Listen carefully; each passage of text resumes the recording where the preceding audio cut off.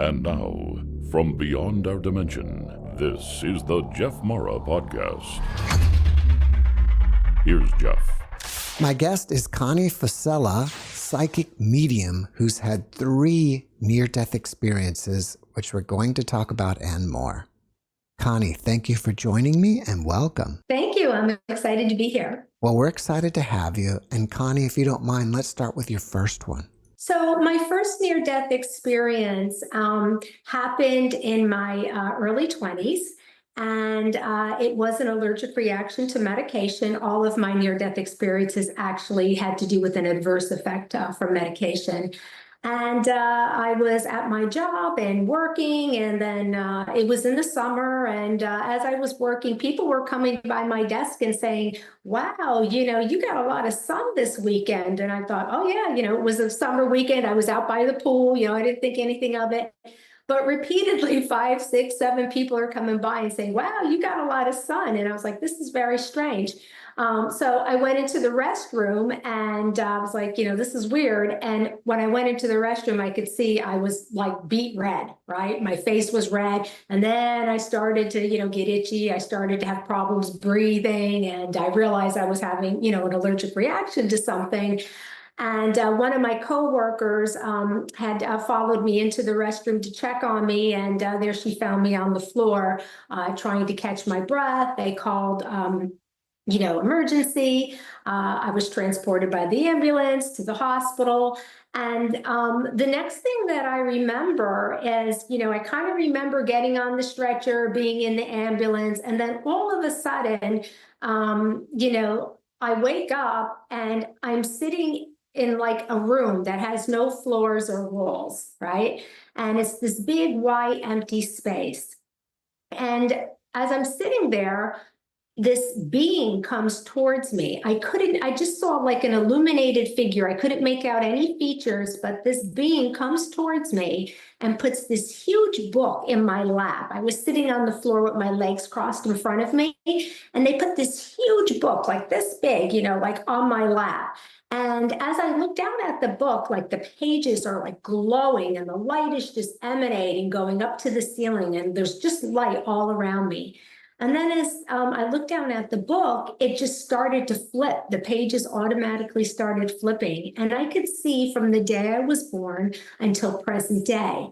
And I saw all these images and people that were in my life and events that occurred. And then I also felt all the emotions that were attached to those images and events. So I came to the next day and, okay, I had an allergic reaction. I went into anaphylaxis, as that's what I was told. And I went home and I told my mom about this cool dream that I had. And I was telling her I saw these images and describing things. And she verified, the things that I had seen. I was, very detailed, like paintings on the wall, what was on a dining room table. I was in either my grandmother's house or a great aunt's house. This was before I was even 2 years old. So she validated the information. Now, of course, at the time, I didn't come from a background or know anything about, near-death experiences. I wasn't into the metaphysical, studies or anything like that. So I didn't know, but at the time I had a near-death experience in the form of a life review. So that was my first experience. What did the being look like that gave you the book? So it was just like an illuminated figure. I couldn't make out any facial features. It was so immensely bright. It was tall. I remember that. I would say it was at least 6 foot tall. And I just saw like an outline because it just glowed so brightly. I could only see an outline. Did you have any communication with this being? I didn't have communication. I just knew that, they placed this book on my lap and that it had some meaning to me and I was supposed to look at it. I understood that, that to be the case. But then after that, when that was the last communication that I had with that being. But interestingly enough, after I had the NDE, something strange started happening to me. And what was happening is I was having sleep paralysis. So I'm not sure if you know what that is, but you're between the awakening and sleeping stage and you can't move right. And sometimes you're terrified. It's a really weird feeling. Well, this was happening a lot, like a few times a month. And what was strange about it is that as I was laying there, in the bed on my back, I would see myself come out of my body in spirit form and try to lift myself up. And as I was trying to do that, I was hearing like this white noise vibration sound going on. And I'd hear this voice saying to me, you need to raise yourself up. You need to raise yourself up. And every time I had this sleep paralysis episode, I'd hear the same thing. It was the same format. You need to raise yourself up. Now, of course, I'm thinking, well, that's obvious, right? Because I can't move, right? So I just thought that was strange and I didn't understand it. But all of these years later, I now understand it was like my soul or like spirit literally telling me what my soul purpose was and who I truly am, because they were telling me I need to raise myself up, meeting my vibration so that I could communicate to the spirit world. But again, at that young age and having no, frame of reference to any of this type of work that I do now, the message sort of fell on deaf ears. Did you ever figure out who that voice was? I literally feel like it was one of, my guides, that I have now. It was the same voice every time, but I really feel like it was one of the guides that I work with today, telling me, hey, you need to get to this point. You need to raise yourself up. All right, well, let's move forward to your second NDE. Sure.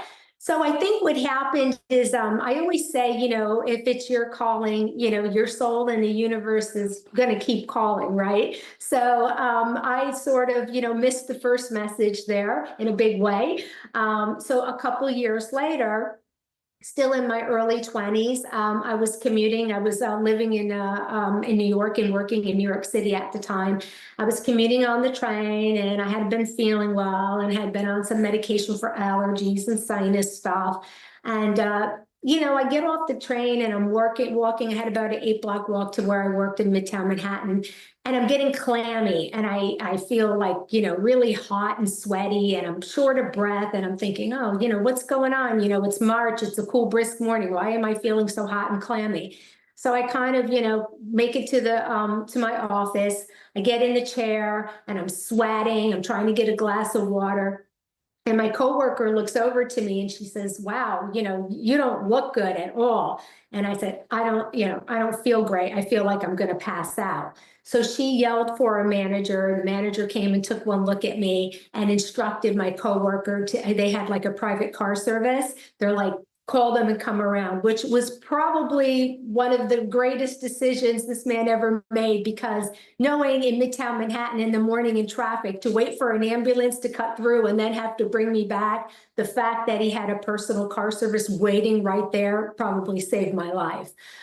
So I get in the back of the car and my heart is like just pounding like it's going to leap out of my chest. And I just felt like I'm not going to make it. There's something really bad going on here. And somehow I had the capacity to grab a napkin that I was holding on to, and I wrote on it, please tell my parents I love them, and their phone number. And I handed it to my coworker. And she's like, she told the driver, go faster, go faster. And, we just kind of zipped along. I got to the hospital. I saw the people come out. They put me on a stretcher. I got wheeled in. I remember hearing all these sounds going on, the beeping of, equipment and things like that. And then the next thing you know, I am floating just below the ceiling. And I'm watching as the medical personnel are working on me. And I see them, taking my blood pressure, sticking, IV in me, doing all sorts of stuff. And I'm watching them, and I'm watching now as the doctor takes defibrillators and tries to, shock me back. And I could just see my body like a rag doll, kind of like jumping like off the table. And then the next thing you know, I'm no longer just floating above the ceiling, but I'm in a tunnel. And I would describe the tunnel like, sort of like if you've ever been in a closed MRI machine. getting an MRI done. It was very small to me, enclosed. And the weird thing about it is I was going fast, but slow at the same time, if that makes any sense. So kind of like if you're wherever at Disney World on one of those simulation rides, right, when you're not really moving, but you feel like you're going fast. That's what it felt like. And I was on my back going feet first into this lightly, bright tunnel toward a light at the end. And again, I heard that white noise humming vibration sound. And as I got closer and closer to the end of that light, that humming sound just filled my whole body. And just as I went to the end of the tunnel, my feet literally sank into this whiteness glow. It was like going into jello. That's how I would describe it. And as soon as my feet sunk in there, and I was just overwhelmed with joy and love and peace, and I just was, I just felt great. It was just, I was looking forward to getting there. And then when my feet sunk into that jello, that's when the defibrillators finally worked and they brought me back. The next day I woke up and, I was in the hospital. I had no idea what happened. I was confused. I was looking at my wrists. They were bandaged because they were testing for arterial gas bloods. And I was like, why are my wrists, bandaged up? I had no idea what went on. And they told me, the doctors told me that I had suffered a ventricular cardiac arrest, so VTAC. So, they did some tests. I was there for a few days. They couldn't come up with any medical reason why this happened to me. And it wasn't until years later, a good 15 years later, that I discovered quite by accident, some article just came my way, that it was a reaction from a drug that was on the market that was used for allergies that has since been pulled by the FDA because it caused these fast rhythm heartbeats that were potentially fatal. So that was the cause. But interestingly about that is after that second NDE, something kind of changed in me, and I didn't realize it at first, because I had been working in New York City. So, a few weeks later, I returned to work. And if anybody that's ever worked in New York City knows everything is on a schedule, right? So when you have your lunch break, you try to eat within a 2 or 3 block radius so you can grab your lunch, eat, and, get back to work. So that was my routine. One day, shortly after the second NDE, when I returned back to work, I just started walking a different way for no reason. It was just subconsciously, just walking. And I came across this psychic shop, and I had never had a reading before. Again, didn't know anything about psychics or anything like that, but something drew me in. And I went into the shop and I asked, the clerk there, what goes on here? What is this? And he told me, oh, these people, tell your future and tell you what's going on. I'm like, oh, okay, yeah, I want to do this. So I got a reading that day, and it was just fascinating to me. Something really drew me there, resonated with me, and I knew that somehow I was connected to this, but I couldn't figure out why. And that's what led me, I continued to go for readings. Of course, I will probably tell you they were probably not great readings, but I didn't know any better at the time, right? But I bought my first deck of tarot cards in 1991 from that shop, and I knew somehow I had a connection to them, but I couldn't figure it out. It sounds like you were clinically dead in this second NDE. Did you also die in the first one? I don't believe that I did. I think I just, sort of, went out of my body, maybe for a second, from the medication, but the second one, I clearly flatlined. Do you know how long you were dead for? I don't know. It wasn't long. I know it was under, it was under minutes. So it wasn't like I was gone for minutes and minutes. Mm-hmm. Did you get any new abilities after this NDE, like the first one when you started having the sleep paralysis? Although yes. I don't know if I'd call that an ability. That's kind of a little bit different. Yeah. So interestingly enough, to back up a little bit, before these NDEs started, I actually started seeing spirit at the age of 4. So I had experience being clairvoyant and hearing spirit, clairaudient. And then when I started grade school, I was claircognizant, clear knowing. All right. So I had these abilities as a child early on, but I didn't understand them. When I was hearing spirit, I thought it was my little stuffed animal talking to me. I saw spirit in the form of an old man in my basement. I had no idea who he was. And then I sailed all through high school as pretty much a straight A student. I never had to study. I just knew things. And this kind of stayed with me. So after the second NDE, and of course, as you probably heard, when we start school, our analytical minds take over, and a lot of these, super senses, psychic senses kind of just, kind of get dulled or go away. And that's what happened with me, except for the clear knowing. But after the second NDE, what was happening is as I was riding the train or on a subway, when people would come near me or sit next to me, I started getting like visions. Or I'd hear a name or, and somehow they were associated with someone next to me. So this was happening. And so that's kind of why when I was real curious, to pick up those tarot cards, because I thought to myself, something's different about me. I have something going on here. And I thought, well, maybe if I do these tarot cards, because I said to myself, as I saw these ladies and men do these readings for me, how hard can that be? They're putting some cards down and reading the card meaning. This is, how my mind is thinking. I said, surely I can do that. And maybe that'll bring out some kind of ability that I have.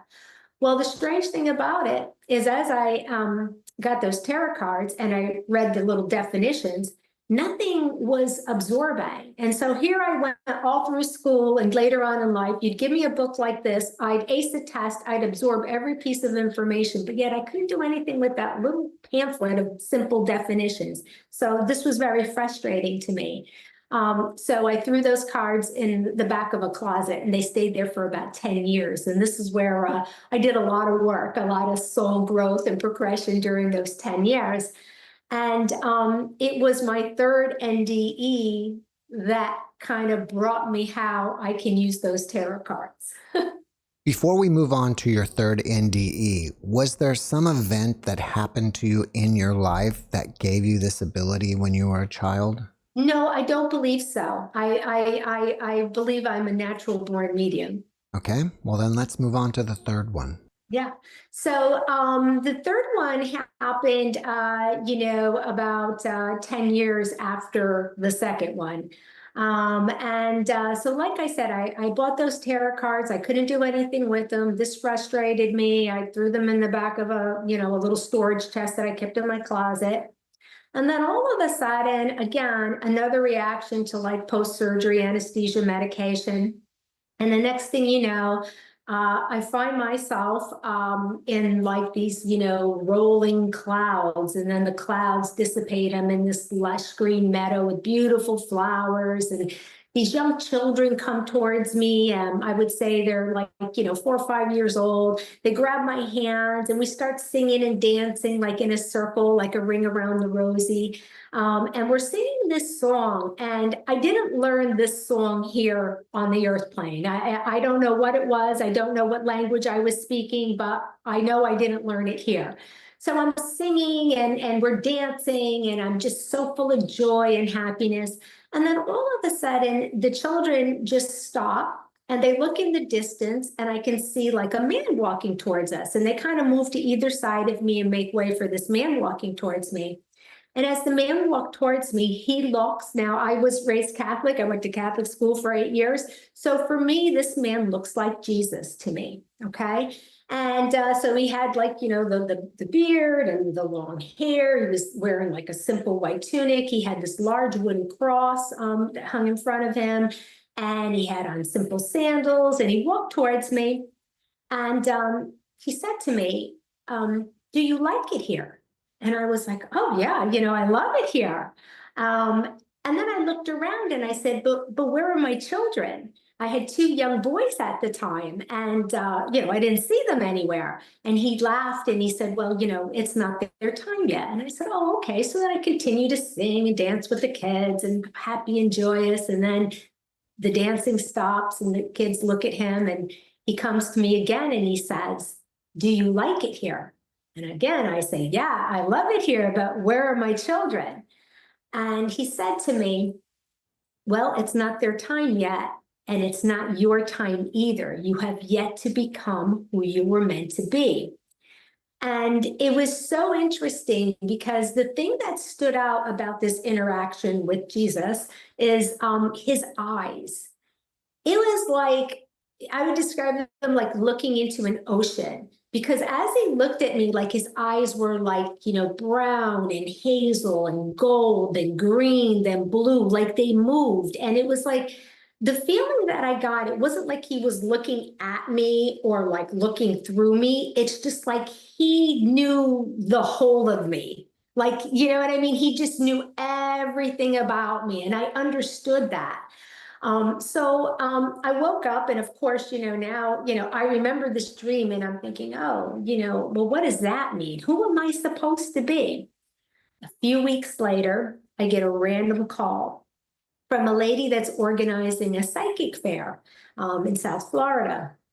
I don't know how she got my name or number. Now, mind you, I've never done a reading, right? Those cards are still sitting in the bottom of a closet somewhere. And she tells me that it's like a Thursday. This fair is on Saturday. And I'm thinking to myself, wow, she has to be pretty desperate. How did she find me? And yes, the lady said she had a few cancellations. She needed some people. She asked me if I would read, at this fair. So I'm getting real excited about this opportunity. So I say, hold on a second. And I run into the bedroom. I look in the closet. I look in the chest. Those cards are still there. I run back and I tell her, yeah, okay, I'll do it. So Saturday morning comes around, and all of a sudden, like, reality sets in. And I'm like, what, Connie, what are you doing? I've never done a reading. I don't know what these cards mean. What am I going to do? So I start panicking. And then I say to myself, I'm going to show up because it's the right thing to do. I don't want to leave this lady hanging, but I'm going to tell her I can't read because, one, I don't know how to. And then I'll just volunteer to help with something else. I'll try to be helpful as best I could. So that's my plan. So I show up, I'm at this, fair. There's a lot of people there. The lady greets me. She bustles me in. She's dragging me across the place. She's like, you're going to sit over here, blah, blah, blah. And I'm like, oh, hold on a minute. I said, I'm sorry, but I can't do this. I've never done a reading. And she just looked at me. She was like, oh no, I need you to sit there and I need you to read. She says, don't worry, you're at the end, way at the end. There's a lot of people before you. You probably won't get too many people. So I was like, okay. So I sit there and I wait nervously. About 10 minutes or so go by. This lady comes in her mid-50s. She wants a reading. So I don't know what to do. I'm very nervous. I start to get those cards. I'm pulling them like out of the deck. You know how cards in new deck, they're kind of hard to get out. So I'm doing that. And she's giving me the look already, thinking I'm a fraud, which is probably true at this point. I don't know what I'm doing. And I just start throwing the cards down in this weird circle. And I keep going. And then I see the space in the middle. I put 3 piles and I have all these messy piles. I use 76, all the cards, and I don't say a word. And so she looks at me and she says, are you ever going to say anything? And I just started to sweat and I felt nauseous. I looked down at the cards and all of a sudden the strangest thing happened. It's like a bolt of electricity went into the top of my head and went through my body. And when I looked down at those weird piles of cards, I just started talking. And I said to her, there's something about communication from a lawyer that comes unexpectedly. It has something to do with somebody passing. There's like a big family secret that you find out about. And I see travel to a foreign country having to do with this matter. And then I see this big, huge sum of money coming to you. And so it's like, does any of this make any sense to you? And she tells me that just a couple of weeks prior to coming here, she found out she was adopted, and her biological father had died in Europe. And she received communication from a lawyer in Europe letting her know that she was the sole heir to this big estate and she was getting all this money. She was leaving in 2 weeks to go to Europe, to settle this matter. So I was like spot on. And so I continued to read in that same fashion and give her more details. So the lady left. She was like, wow, that's like one of the best readings I ever had. And she left and I ran to the bathroom and threw up because I was like, I didn't know what happened to me. I was like, how could I know this information? This is the strangest thing. And literally, that's how I started reading tarot cards. And I read them the same way this day, the same deck of cards I bought in 1991. So somehow something changed, and my abilities that I had, natural abilities, as a child, kind of just like all broke open.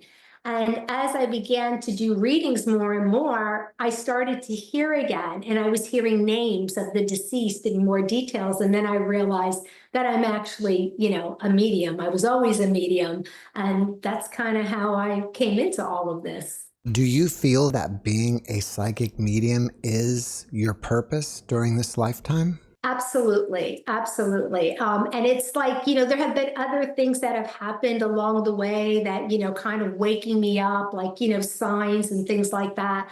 And this is definitely, my true purpose.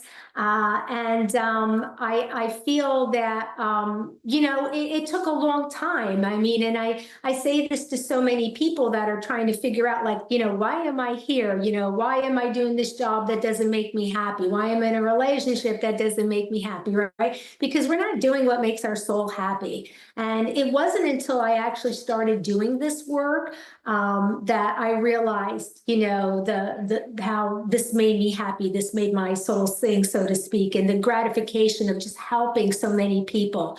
The one thing I could say, that I'm mad about, if you will, I wish it happened, I figured it out like 20 years earlier, right? Because I would have loved to be doing this, but everything happens for a reason. And there were things that I had to do, and a lot of soul growth and lessons that I had to learn to get me to this path. And also, I had to experience loss myself, which didn't happen until 2017 for me, when I lost my father, to be really understand, sitting in the side of, a client for someone that's lost somebody. So there were things that had to happen that had to, sort of bring me full circle. Can you give us some examples of being a psychic medium that makes it so fulfilling for you? Absolutely. So, one, I am certified by the Forever Family Foundation, that was featured on the Netflix series Surviving Death. And I'm also certified by the Helping Parents Heal organization. And so what I do, I do galleries for, groups of people. And for the Forever Family Foundation, I've done several grief retreats. And it's amazing. I mean, truly amazing to see a whole group of people to come in, 60 to 70 people from all walks of life, different nationalities, different religious beliefs, different political beliefs, whatever. Everybody is different. But they come to these grief retreats because they've lost someone, a lot of them children, and a lot of them tragic passings. And they're lost. Some of them can't even, it was an effort to get there. Some of them can't work anymore. It's hard for them to get out of bed. They're suffering, physically, mentally, emotionally. And it's sometimes like I encounter people that this was their last resort, right? To find some sort of meaning or healing in, the passing of their loved one. And after attending, this grief retreat with mediums and receiving messages from their loved one, when you can bring forth a message from your loved one that you can bring their name, you can describe what they looked like, you can describe what was in their room, you could describe what you did as an honor of their memory, or what they see now, like the birth of a second sibling, or, a vacation the family went on. When you can tell them all these things, you can show that they may not be here physically, but their love and their life continues on, right? It's just not in the physical sense. And I think that's just so healing. And you see at the end of just 3 days, these people that came in sad, moping, crying, you see the smiles and the uplift and the energy. And not only that, but then they meet other people that sort of becomes like their family that they can lean on and share and relate to, right? Because a lot of people feel so alone in their grief. Like, maybe they lost a child. They don't know anybody else that lost a child. How does anybody know what I'm going through, right? And they meet other people that have had similar situations, and they form these bonds that really help them to kind of deal with their loss and their grief. And it's really amazing. I mean, you can't put a price on that. And I tell you, I struggled for the last several years because I was working another corporate job, right? And doing my mediumship on the side. And finally, I had to leave in January because I just couldn't do it anymore, because it was like, I'm always walking around feeling like I'm a fake person doing my corporate job because it no longer had meaning for me. And I was a recruiter, so I was helping people, right? I was getting them jobs. At one time, that was like very meaningful for me. I'm like, wow, great. I'm giving you, a way to support yourself, make an income for yourself. But it does not compare to this. It does not compare. This is just so gratifying, so fulfilling to make, just even if it's just a small dent in their grief. So I'm really grateful to be able to do that. Do people come through to you all the time, or do you have to get into a certain state of mind to be able to do that? Yeah, that's a good question. So you learn to set boundaries. When I was first doing this, I was waking up a lot at night, and much to my husband's dismay, I'd yell out like, because not that I was afraid, but how you sense something there, so it would startle me.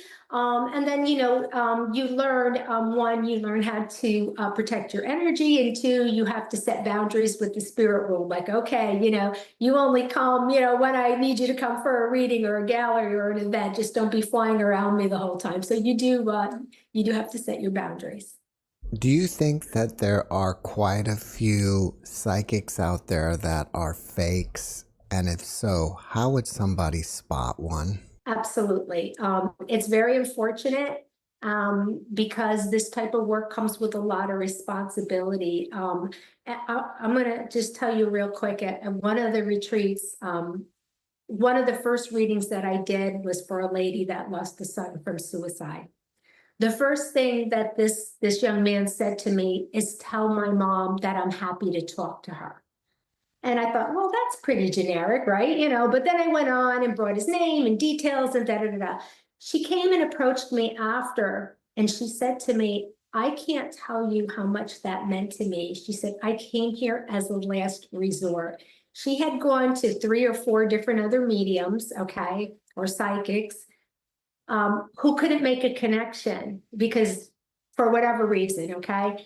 But they told this lady that it was because her son didn't want to talk to her, which is absolutely horrific. So can you imagine this poor woman in pain and grief and hearing something like that? I mean, these are people's lives. Some people are hanging on by a thread. So you have to be you have to take this work very seriously. You have to commit to it, and you have to be authentic, and you have to be credible. You can spot someone very easily. There's a couple of things. Any reading that you get should always be for your highest good. None of this, there's a curse on you, there's this dark energy, there's this, that's all baloney, okay? Walk away as fast as you can. The other thing is that people shouldn't claim that they can summon anybody. Like, oh, you lost your grandmother? Yeah, I can talk to her, come see me. Because we don't control it. That's up to the spirit world. Now, it's been my experience that people that I've read for hear who they want to hear from. I may get that person, I may get 5 people before that person, but I typically get them. If a medium can't get that connection, they should offer you a refund or reschedule, one of the two, okay? But it's never because the person in spirit doesn't want to talk to you, no matter what the relationship was, okay? Because once they pass, anything that happened here, that's all human emotions. That's all forgiven and forgotten on the other side. So there's no reason. But you can, yeah, I would say, what you'll watch, price gouging. When I lived in New York City, I went to a couple of psychics. And, a couple of them told me I had this curse, I had this black cloud, I'd be unlucky in love, all this kind of stuff. And they asked me to bring exorbitant amounts of money and even jewelry to them. So just stay away from anybody like that. So you have to do your research. Again, look for credible organizations like Forever Family, Helping Parents Heal. They'll have a list of certified mediums. I would say go through them, read their profiles, see what resonates with you. Because a lot of the time with bringing forth, someone from the other side, it's all energy related. So a certain medium may be qualified, but may not be the right match for you for whatever reason. They just don't, mesh energetically. And there's all different. Like me, I'm a little high strung. My readings are like this. I have a lot of energy. So I get a lot of the, very easy for me to connect to the loud, boisterous European families because that's my background, right? But sometimes somebody may better connect with somebody who's a little soft-spoken and, even keeled. It's all depending on you and your energy. So that's also an important factor to look for in a medium. Do you ever have visions of the future or anything like that? I do. And so I've had premonitions my whole life. One of the scariest ones, and I actually write about this in my book, is my kids were playing hide and go seek, young kids at the time in the house. And my younger son was, 3 years old at the time. He was always easily spotted. He had like 3 hiding places, so we always knew where he was. But, my oldest, would be really good about it and pretend he didn't see them. So one day after dinner, they're playing, and all of a sudden, my oldest son, Nick, says, "Mom, I can't find Anthony. I can't find him anywhere." So he's yelling. So I finish the dishes, I go out, I join in the game. I can't find him.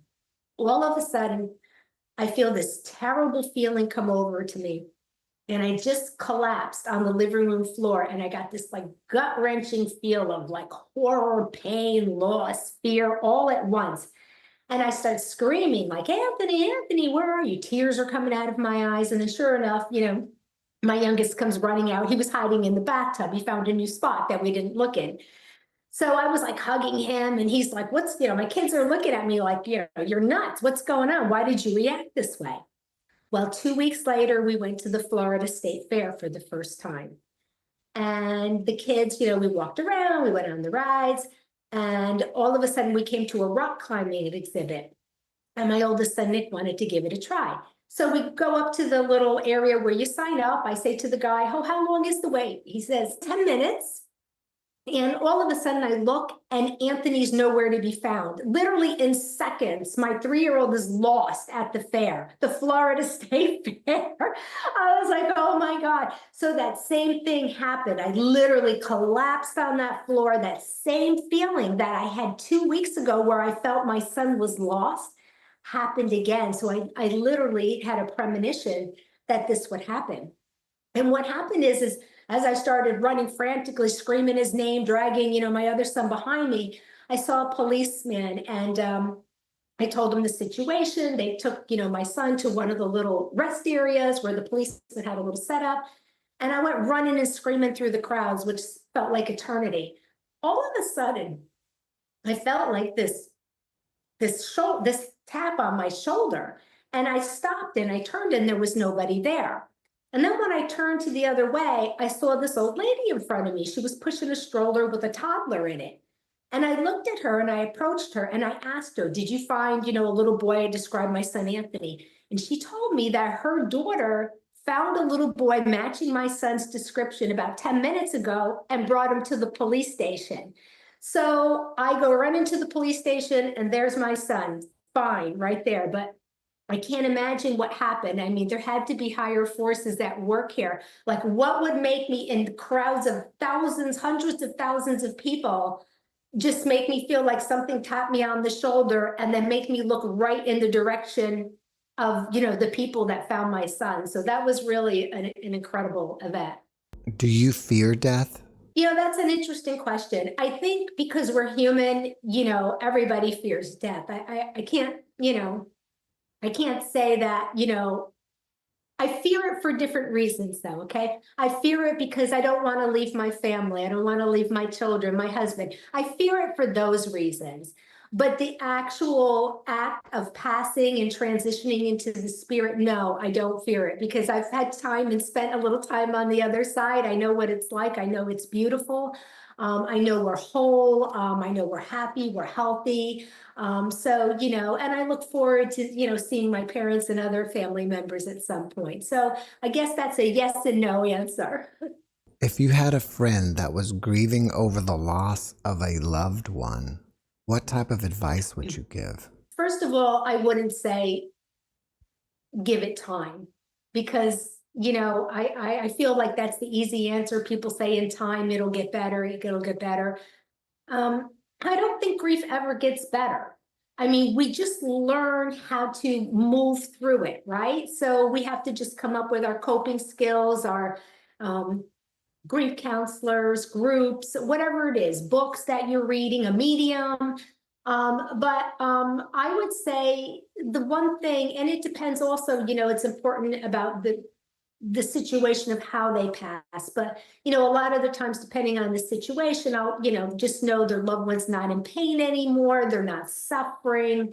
But I let them know, to look for the signs. Because if they really, concentrate and are able to lift their vibration a little bit, they'll see the signs from their loved one, and then they'll start to believe they're still around, they're still here. I know you're always going to miss the physical presence, but I really do believe that gives people, some peace of mind knowing that they're still, their loved ones are still with them, and their pets. Your book is called You Are So Beautiful. Yes. Can you tell us what it's about? Yes, you are so beautiful. It's a unique perspective into the soul's quest for its destiny. So interestingly enough, when I set out to write my book, I had been thinking about it for a few years now. It was just going to be about my story and my NDEs and how I came into my gifts. I actually had a reading with one of my colleagues, Laura Lynn Jackson, and I met her at one of the retreats. We agreed to exchange readings. And several months later, I had a reading with her, and she actually saw this book. She didn't know I was writing the book. And what she told me is that Spirit would support the book, and that I would receive a download from Spirit while I was on a ship. Well, she didn't know 2 weeks later, I was actually going on a cruise. And on that cruise, the second or third day into it, I'm sitting out there quietly in the early mornings on the deck, and all of a sudden I start hearing all this chatter coming into my consciousness. And sure enough, my spirit team was telling me about this book, because every time I had tried to write it before, something would just distract me, and I couldn't just get the flow of how I wanted to do it, right? And so my spirit team told me the reason for this is that many more events and people had to come into my life for me to truly understand who I really was. Part of that discovery was an astrological chart reading. Another part of that was a past life regression. And so these events had to come into place to put people, in my way, that I would start to discover and make everything come full circle. So I get this download, and what my spirit team told me is, okay, yes, we want you to write your story, Connie, but we want to do a little twist on it. And they began to give me information about our souls while we're here on Earth having our human experience, and how we are in different categories, okay? And the categories are based on our human attitude, okay, or our the way that we feel about our own true destiny. So in other words, do we understand the messages we're getting from the universe and our soul? Are we following them? Are we ignoring them? Are we confused about them? Like, where are we in this path, right? And so I call these 5 soul levels solitudes, okay? And they are the clear, the confused, the compromised, the closed, and the committed.